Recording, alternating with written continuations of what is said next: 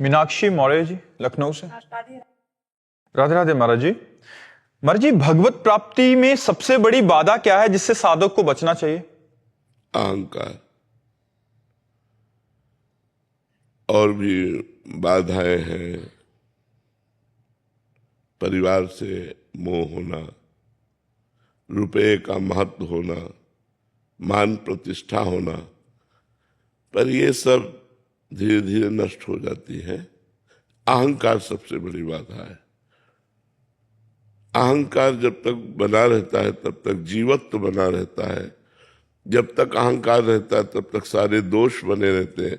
संस्कृत मूल शूल प्रदनाना, सकल शोकदायक अभिमाना, ताते करें कृपा निधि दूरी, सेवक पर ममता अति भूरी। मोह है तो धीरे धीरे नष्ट हो जाएगा। धन के प्रति प्रियता है, धीरे धीरे वैराग्य हो जाएगा। जो साधना भागवतिक है इसमें भी अहंकार बना रहता है। ये अहंकार जब तक गलित नहीं होता तब तक भगवत प्राप्ति नहीं होती। तो भगवत प्राप्ति में सबसे बड़ी बाधा है देहाभिमान, अहंकार। मैं पुरुष हूं, मैं स्त्री हूं, मैं देख रहा हूं, मैं सुन रहा हूं, मैं कर रहा हूं, मैं भोग रहा हूं, मैं ऐसा करूंगा, मैंने ऐसा कर लिया। ये जो भगवत प्राप्ति में बाधा है अहंकार। नहीं, कोई पूछ नहीं रहा तो आप अपने आप क्यों बता रहे हैं?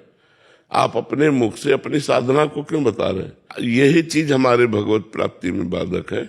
इसी को शांत रखना चाहिए, इससे देहाभिमान पुष्ट होता है। ये बातें हमें नहीं। जब कोई दूसरा कहे महाराज जी 12 ज्योतिर्लिंग के इधर, अरे हमारी कहाँ समर्थ है, तो भगवान शंकर की कृपा से हो गया, ये तो गुरु जी की कृपा से। और चुप, अपनी बात कहे ना। अगर कोई तुम्हारी प्रशंसा करे तो उसे काट दे कि मेरी कहाँ सामर्थ्य थी, तो गुरु जी की कृपा से हो गया। भगवान शंकर चाहते थे तो उनके दर्शन हो गए, नहीं हमारी सामर्थ्य कहाँ। ऐसे दैन्यता से अहंकार को काट करके भगवान की प्राप्ति की जाती है। अहंकार सबसे बड़ी बाधा है भगवत प्राप्ति होने में। अहंकार रूपी महल में ही काम क्रोध लोभ मोह मद मत्सर ये सब रहते हैं।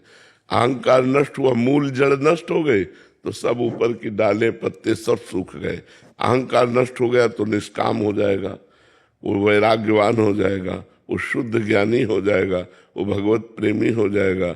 मूल है अहंकार का नाश होना।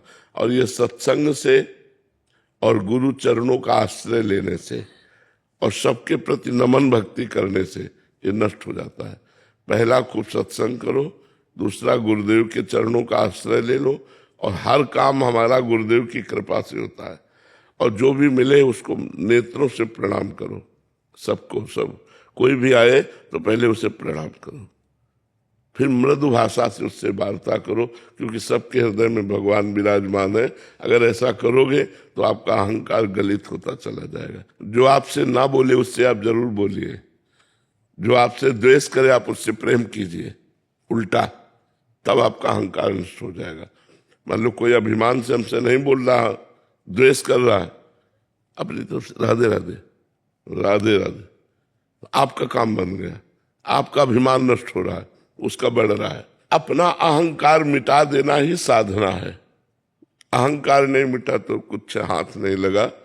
वो पुण्य लोक मिल जाएंगे, तप लोक मिल जाएंगे, लेकिन भगवान नहीं मिलेंगे। भगवान तभी मिलते हैं जब देहाभिमान ताते करें कृपा निधि दूरी। इसलिए भगवान कृपा करके अपने भक्त का अहंकार नष्ट कर देते हैं। सेवक पर ममता भूरी, भगवान अपने सेवक पर बड़ी ममता रखते हैं, बड़ा प्यार रखते हैं। इसलिए जिस साधक के हृदय में अहंकार होता है वो अहंकार चूर चूर हो जाता है, फिर वो दैन्य होकर भगवान की शरण में रहता है।